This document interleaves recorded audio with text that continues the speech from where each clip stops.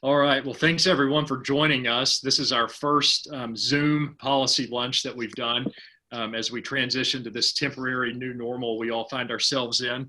And what we encouraged everyone to do, Commissioner, was to buy some lunch from their favorite local restaurant, bring that back to their home or their office and enjoy that during the Zoom meeting since we can't be eating together today. So hopefully this also helps stimulate the local economy and help out some members of the Richmond Chamber.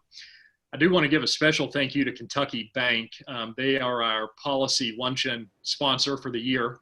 I know Alan Lunsford is on, and Alan, we appreciate you and your team and your support of this speaker series.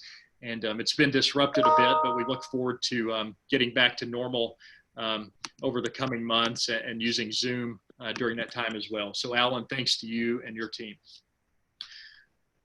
We're very luckily fortunate to have Commissioner Ryan Quarles with us today to talk about, I think, some of the issues that are at the forefront for all of us as we continue to emerge from this COVID-19 pandemic. And I would just encourage you as the conversation goes on, if you have questions that you want to ask, submit them in the chat section and we'll be sure and touch on those. Or you can feel free to shoot me a text if you don't want to send something via chat and I'll try to work that in. Dr. Ryan Quarles serves as Kentucky's Commissioner of Agriculture, first elected to that position in 2015. He was reelected in 2019, winning 117 of 120 counties. Under his leadership, the department started several new programs, including initiatives to combat hunger and connect Kentucky farmers to new markets. Because of the department's Kentucky Hunger Initiative, the Commonwealth now has the strongest legal protections for food donors in the nation. Dr. Quarles' leadership on international trade issues saw the reopening of racehorse exports to China, a trade action that benefits all sectors of Kentucky's agriculture economy. Dr. Quarles has also been a leader in helping diversify Kentucky's agriculture portfolio to include hemp and hops. Dr. Quarles' outspoken advocacy for farmers has been recognized on the regional and national level. He serves as Vice President of the National Association of State Departments of Agriculture, President of the Southern Association of State Departments of Agriculture, and he previously served as Chairman of the Republican Agriculture Commissioners Committee. Dr. Quarles graduated from the University of Kentucky in 2006 with 3 undergraduate majors and 2 graduate degrees. In 2008, he was awarded a full scholarship to Harvard University and graduated with a master's degree in higher education. He returned to Kentucky in 2010 to complete his legal education at the University of Kentucky. Dr. Quarles received his doctorate in higher education from Vanderbilt University in 2018. From 2010 to 2014, Dr. Quarles represented Scott, Owen, and Fayette counties as a member of the Kentucky House, as a member of the House of Representatives in the Kentucky General Assembly. He grew up on his family's dairy farm in Scott County and his family has lived and farmed in central Kentucky for more than 200 years. There, we made it through. There's a lot of educational attainment to work through there, Commissioner. But thank you for being with us today. Well, thank you for having me, and kudos on bringing back the chamber lunch. I know things are a little bit different than what we're used to, but I share the same mentality as most Kentuckians that we're ready to get back at it. And I know things will probably never be the same, but we look forward to moving the ball down the field. And I just want to say a few opening comments. Number one, there's probably no organization that's been more severely impacted besides the healthcare industry than the chamber. You know, we represent a lot of folks who are moms and pops, industries, the employers of Kentucky. And if anything, the global pandemic of COVID-19 is first and foremost a public health issue. But secondly, it's had enormous economic repercussions globally. And here in Kentucky, I know that most of us are just eager to get back to work. We have a 40% unemployment. It's the highest in the nation. It's unacceptable. And I think a lot of Kentuckians are just eager to get back at it. And I know that that Madison County is both a mix of many things. It's a strong agricultural area. It also has a vibrant higher education presence with EKU. It's an education county that I'm going to talk about that more here in a second. but it's also one that has industries and vibrant businesses as well. And so I hope that we can be smart and responsible about reopening. It's time for us to do that. And so when COVID really started shutting down the economy, agriculture from day one was exempt. And we fought so hard, both at the national level with the Department of Homeland Security, to get a special designation that we're critical infrastructure and critical industry. And the same thing at the state level with the governor's office. We had to fight to keep agriculture untouched. And so for a lot of our farmers and agribusinesses, you may have noticed, they haven't taken a single day off during this pandemic. And right now is planting season across Kentucky. It certainly is here in central Kentucky. I'll be on the tobacco setter this evening with my dad, learning character building exercises, working for him. But the important thing here is that whenever we see in the course of human history armed conflict, economic collapse, natural disasters, a lot of times food insecurity and famine complicate those major issues. And we are determined that in 2020, regardless of who you are, regardless if you're unemployed right now, regardless of whatever your background or situation may be during this pandemic, we are going to keep you fed. And that's one of the very first things that we did after COVID started shutting things down, especially our school systems. And immediately we applied for a waiver at the USDA so that kids could be fed. And I know that Madison County did a great job. People like Scott Anderson has really had a gold standard of not only how to provide food for kids that may not have nutritious food at home, but also connecting our local farmers markets with the school system. They're doing such a great job. Another thing that we're trying to really focus on right now, and I look forward to your questions, is keeping our grocery stores stocked with food. You know, for the first time in our lives, the first time since World War II, really, Americans may have gone to a grocery store and saw shelves that were not fully stocked. And that's somewhat of an uncomfortable feeling. It's airy, it was for me. But you got to stop and remember that in World War II, half of all food consumed in America came from backyard gardens. They didn't come from farms. People were growing it in their backyard. And you fast forward to 2020, a lot of people have taken food for granted, and they somewhat forget that food starts from a family farm long before it magically shows up at a grocery store. And more recently, we've been trying to keep our meat processing plants open. Right now, we'll probably see limits on meat purchases across Kentucky.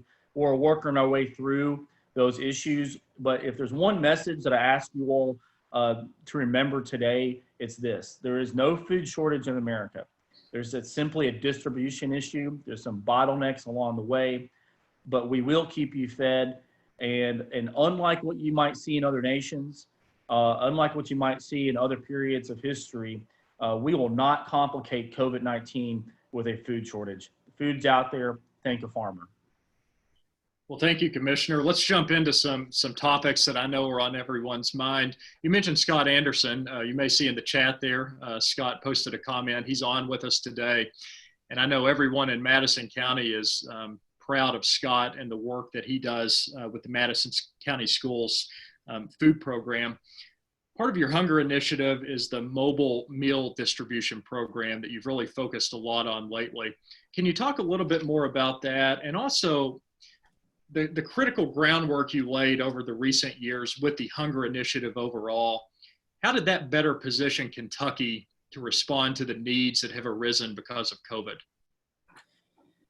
You know, we come from a really blessed state. Our farmers punch above their weight class. We're more efficient, technology-driven producers, that we are a net exporter of food. And so years ago, I was very concerned that even though we produce a lot of crops, raise livestock in really extraordinary ways, 1 in 6 Kentuckians and 1 in 5 Kentucky school children today, and that number's only increased recently, are food insecure. We started the Kentucky Hunger Initiative, and very briefly here, the whole point was to connect our agriculture community with our food banks, our school systems, our food pantries, because we can do a better job. Kentuckians like to look out for each other, especially during tough times. And so what we did over the past few years was help literally connect our restaurants with our farmers markets, with our charitable communities, with higher ed, K-12, so that agriculture can step up during tough times. And if we had not done that groundwork years ago, the numbers I'm about to present to you right now probably would not have happened. As soon as we saw the need, especially with unemployment again being 40%, the need of our food banks increasing, we had to do something. There's been a 30% increase in the number of Kentuckians utilizing food banks. And most of these people who are utilizing it recently have never visited a food bank before in their life. And so agriculture knew we had to step up to the plate. First and foremost, Kentucky Farm Bureau donated $500,000 to the Kentucky Hunger Initiative. We've had other major donations as well, some public, some private, some anonymous. And what we did with that money was buy up Kentucky Proud Produce. We've had 5,000 pounds of cheese from Western Kentucky going to our food banks, 10,000 pounds of Purnell's Old Folks Country Sausage, it's good sausage, going to our food banks. We've had over 500,000 eggs donated at no cost to our food banks as well. And just last week, 48,000 hamburgers donated to Central and Eastern Kentucky as well. And what we're seeing is our different ag and livestock groups not only taking care of fellow Kentuckians, but we're also helping Kentucky farmers as well by buying up products that might rot in the field. And for me, being the commissioner, I talk with the other ag commissioners almost every other day. Yesterday, I talked with Secretary Sonny Perdue. And what you've seen in other states, and Kentucky's not immune to this, but mainly other states, you've seen milk being dumped on the ground. You've seen what we call depopulation of livestock herds because the value isn't there. And although we have had some isolated incidents in Kentucky, we're trying our best to help provide for Kentucky farmers. Now, the school systems are more or less closed for the academic year of K-12. That doesn't mean that those kids who qualified for free and reduced lunch suddenly don't have nutritional needs over the summer. And so we help partner with our school systems and some other outside groups for Feeding Kentucky.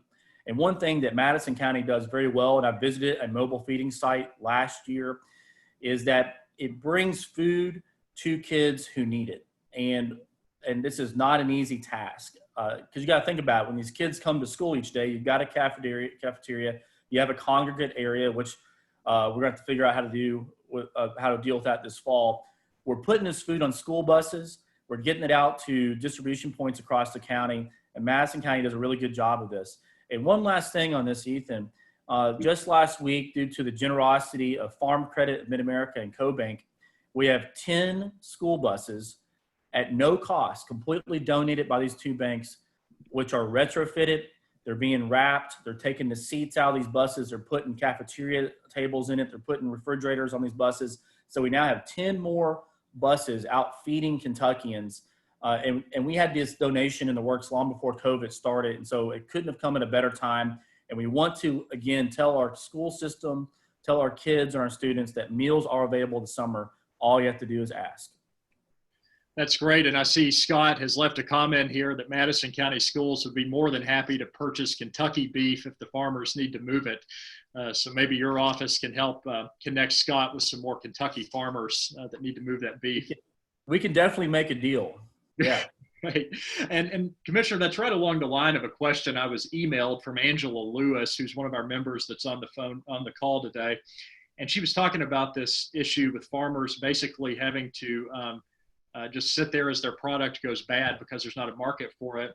And she had a question about being able to purchase directly from the source. In other words, for Kentuckians to go straight to the farm, buy the product, and consume it that way. Is there any update on that front, anything we should know, and anything your office is working on to make that more feasible? That's a great question. And look, one of the silver linings of COVID is that there's a greater appreciation for local agriculture. You know, we have our Kentucky Proud fans and supporters that continue to grow. We have over 8,000 Kentucky Proud businesses selling to Kentuckians right now, a record high number.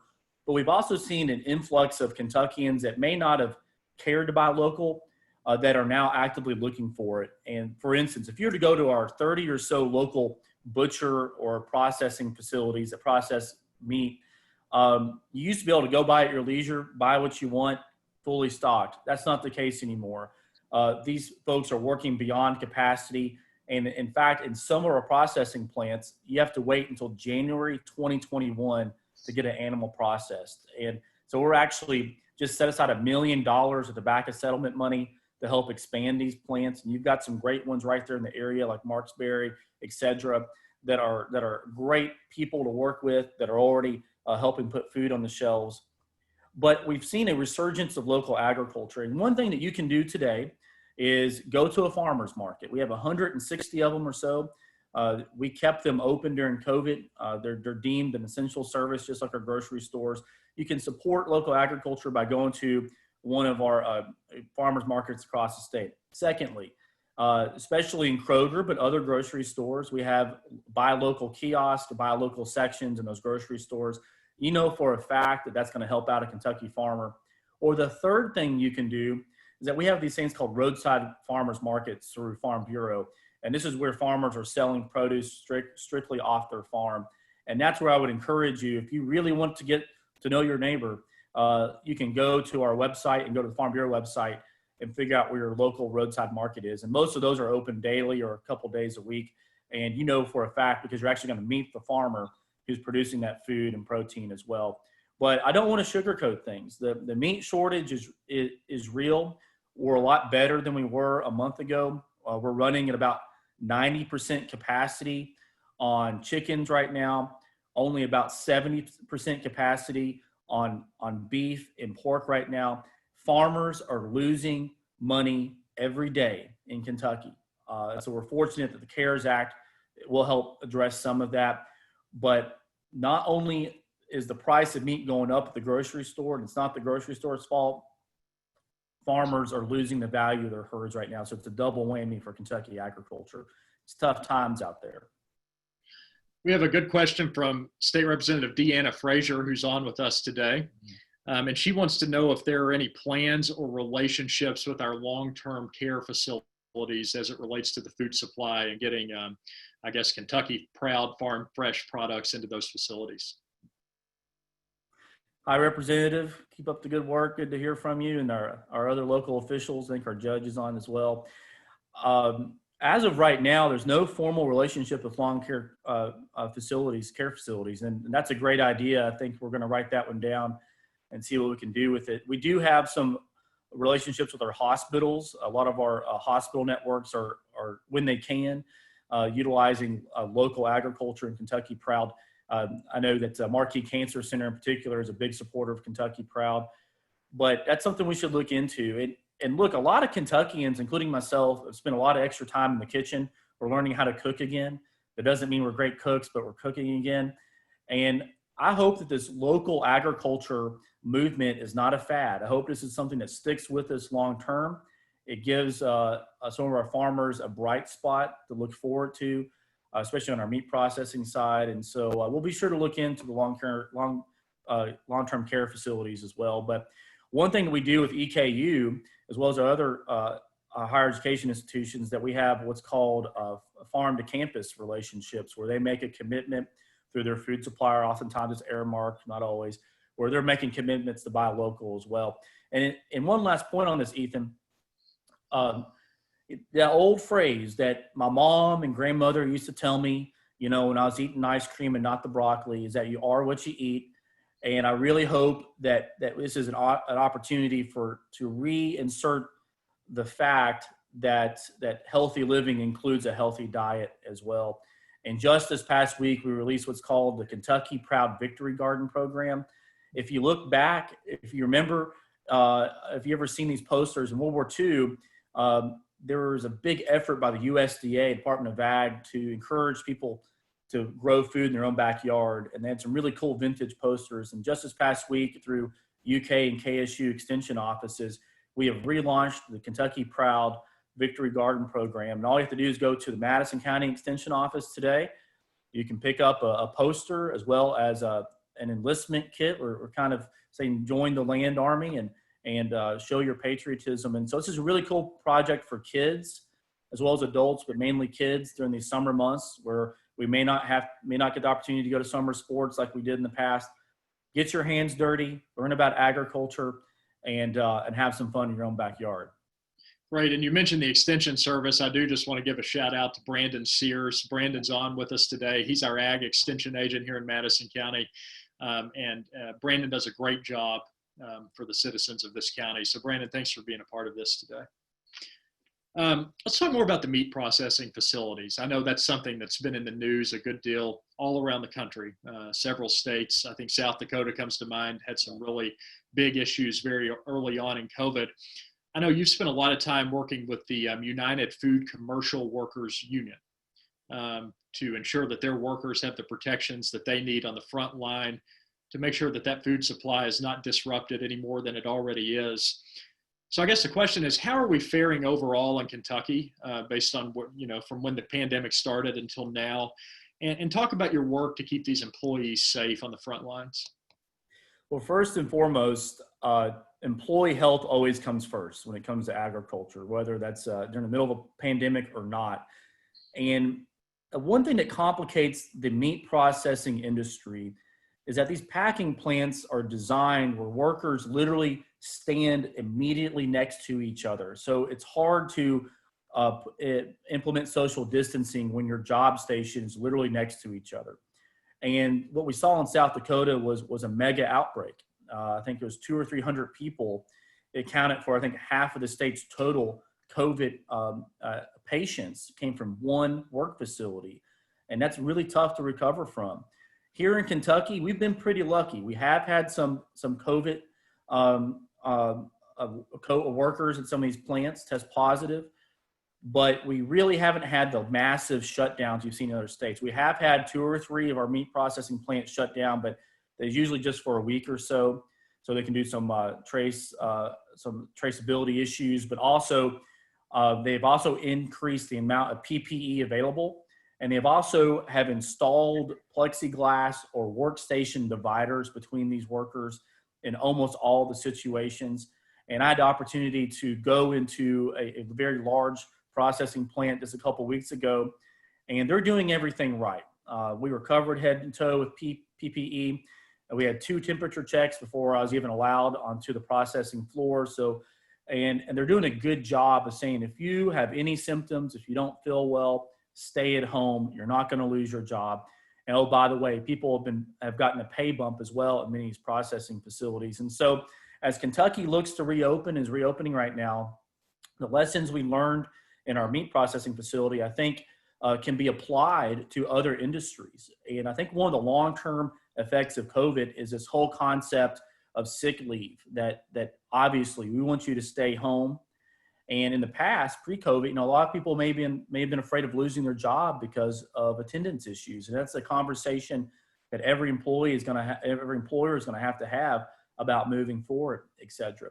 But to get back to your original question, we're doing okay. We've had a couple short-term shutdowns in Kentucky, but we have actually worked with the union to work with not just the management, but also the employees on the line floor to make sure they get what they need. But they need PPE, we need additional testing, and we need childcare incentives to help, since a lot of these folks, their kids weren't in school, a spouse may not be able to take care of the kids, or a guardian experience, et cetera. Those are the 3 things we're asking for. And we hope, obviously the medical and frontline workers get this stuff first, no brainer. But we're hoping that agriculture is high in priority when testing and PPE become more available. Right. I have a question from Joyce Gullett. She wants to know more about the Farm to Food Bank program. Is this still going? And is there anything you'd like to share on that front? Yeah, so thanks to the generosity of the Kentucky General Assembly and also private donations, we have what's called the Farms to Food Bank Trust Fund, where money is used by our food banks to buy up commodities from Kentucky farmers that would otherwise go to rot. And for example, orchards, zucchini, different vegetables, food that may not make it to a grocery store or may not make it to a farmer's market that would otherwise go to waste is bought up by our food banks and then distributed to our food pantries. So that is going on right now. And that $500,000 I mentioned from Farm Bureau, more or less, is being used for that purpose. And so we're doing 2 things there. Number one, we are helping a farmer out. They get paid basically at cost or below market rate but they're getting some compensation instead of zero. And number two, you are exposing a Kentuckian to a Kentucky Proud product, and hopefully they become Kentucky Proud consumers on the way, and that we're maybe changing diets along the way as well. And so it's a win-win, not only for the food insecurity issue, but also a win-win for Kentucky agriculture. And in fact, what we're seeing on the national level with USDA with a box program from our farms to families, more or less is what we've been doing in Kentucky for years. So we're really proud about that. Great. Joyce, thanks for that question. Why don't we move on to the business side of the industry and talk a little bit about where we go from here? I know that Leader McConnell has recently announced $16 billion in federal support for producers and farmers. And I know we all appreciate his leadership at the national level. It really puts Kentucky at the forefront, that's for sure. Talk a little bit about this and what those funds mean for our farmers and for our producers here in Kentucky, and maybe some insight into how they can go about accessing these funds, how your office can help with that, and who they can contact. Well, as I mentioned earlier, it's tough times on the family farm, and it was tough for us long before COVID hit us due to trade wars, et cetera. And what we're going to see in 2020 is a year of uncertainty where parts of the ag economy simply are not there anymore, particularly when it comes to some of our commodities. We're very fortunate that Congress passed and USDA is now implementing the CARES Act funding for our farm community. And just to fast forward here, this is money that's being spent on two different endeavors. Number one, there's $3 billion, which are buying up ag commodities on the open market to help stabilize prices. So kind of like what we're doing with our Farms and Food Bank Trust Fund, except on a massive scale. So a lot of milk's being bought, a lot of produce is being bought nationally, and that food is going to our food banks at the national level. An additional $16 billion are going to be going into direct payments for losses suffered directly as a result of COVID-19 economic impact.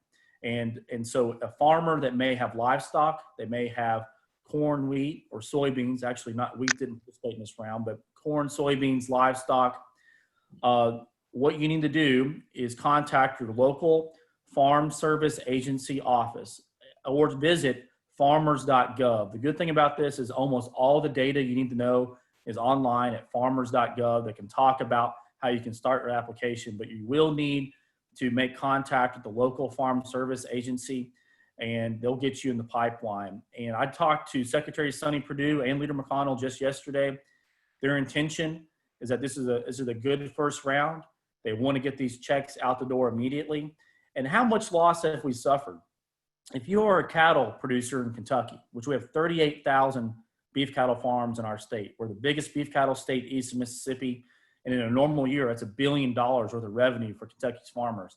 If you had beef cattle this spring on your farm, you've lost between 30 and 40% of the value of your cattle. You may not have sold them yet, or maybe you sold them at a loss and you just had to bite the bullet. This is what this compensation is designed to help correct and make right.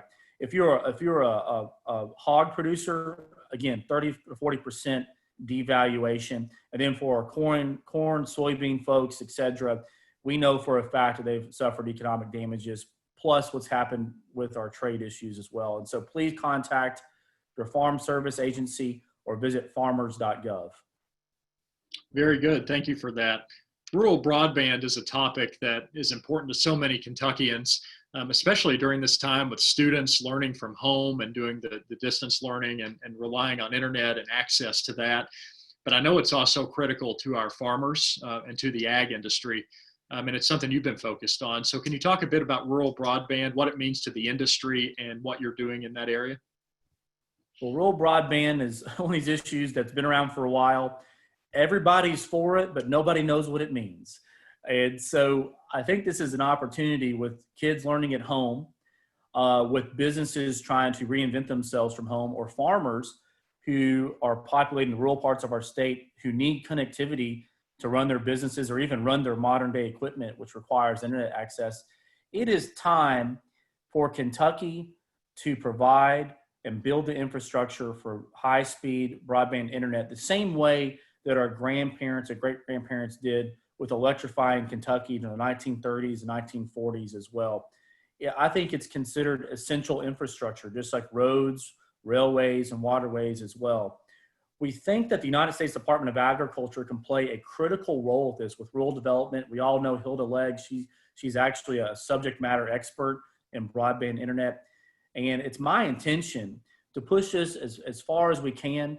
Farm Bureau is on board. I know a lot of our local officials, especially those in Madison County, are for this as well. This is a long-term infrastructure investment, but we got to make sure that it's done correctly, that the taxpayer money is being respected at the same time, but we simply need it. And if we encounter a scenario where distance learning may become more of a permanent thing, we have to have access. Otherwise, our kids may not be able to learn at home. And that's the thing that I think that we've all have learned maybe the hard way during COVID-19, is that we have to have better high-speed internet. And in some of our counties, the local fast food restaurant or coffee shop may be the best internet in town. We've got to change that and let this be something that we can all invest in. Let's shift gears a bit and talk about the restaurant industry. I know we have several restaurant owners on the call today, and these people have been impacted in a big way.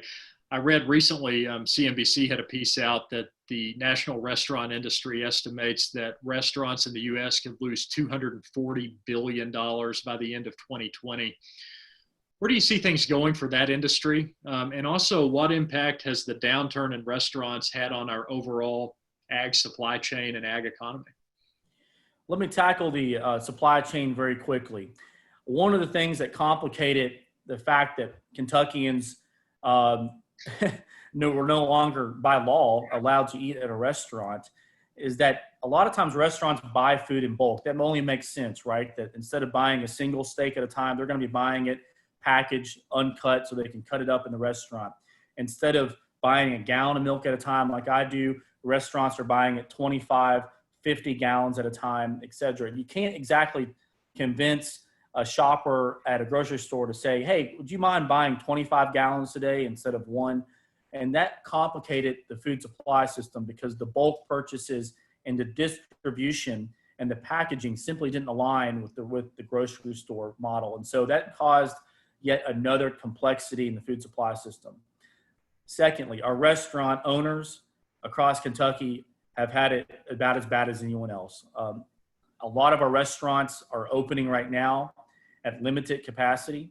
Some of our restaurants aren't going to open because they know, they've done the math, that they can't make money or sustain themselves on limited capacity. There's a restaurant owner here in Georgetown I talked to yesterday that I was looking forward to being a patron in his restaurant, but he said, I'm not opening until we get at least 50% or 75% capacity. It's not worth my time. And then sadly, I hate to bring this up, but I've never been one to avoid a bad subject. There will be restaurants that do not survive this. Texas has more or less been open for about a month yesterday. I was talking to their ag commissioner yesterday, and they estimate 1 in 10 restaurants in Texas are not coming back. They're shuttered for good. Because you got to think about it. A lot of these are mom and pops, they're family owned.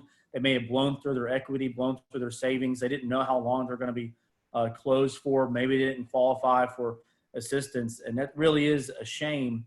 And so I would encourage our Kentuckians to help be a patron if you can afford to do it during these critical restart weeks. Secondly, if you can't dine in, pick up and take out. We have a dedicated website to Kentucky Proud at kyproud.com. And one of the tabs there is called Kentucky Proud Takeout. And this is a list of Kentucky restaurants that are buying local, utilizing Kentucky Proud, that are open for business. And so one of my good friends is Chef Weta Michael. She has several restaurants.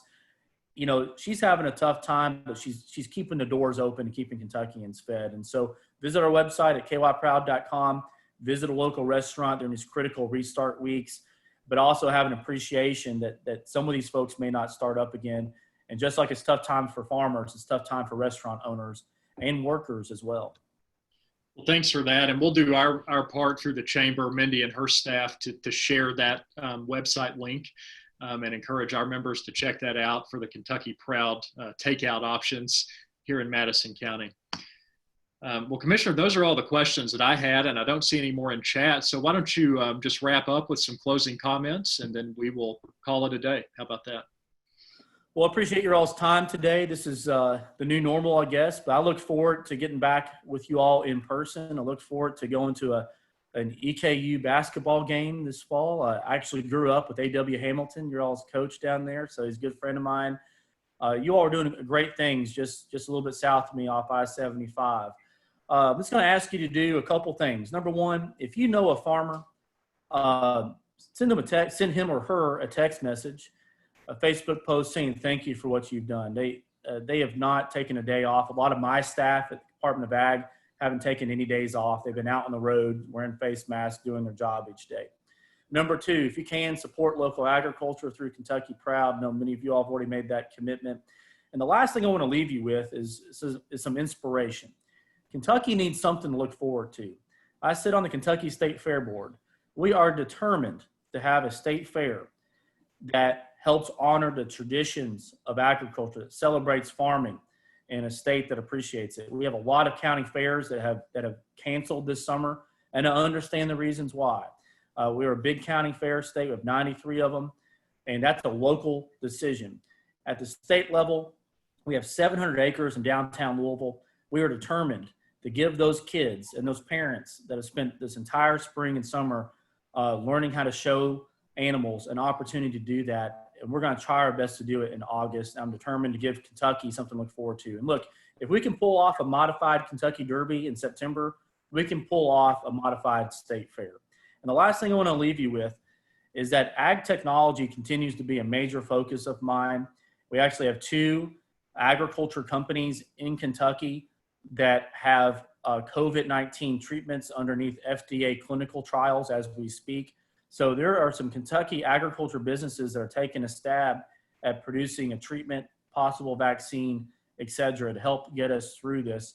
And agriculture will not only keep us fed, but it could provide us a solution with one of the biggest pandemics we've seen in human history. So thank you for your time today. If I could be of any help to you, please contact me at the Department of Agriculture.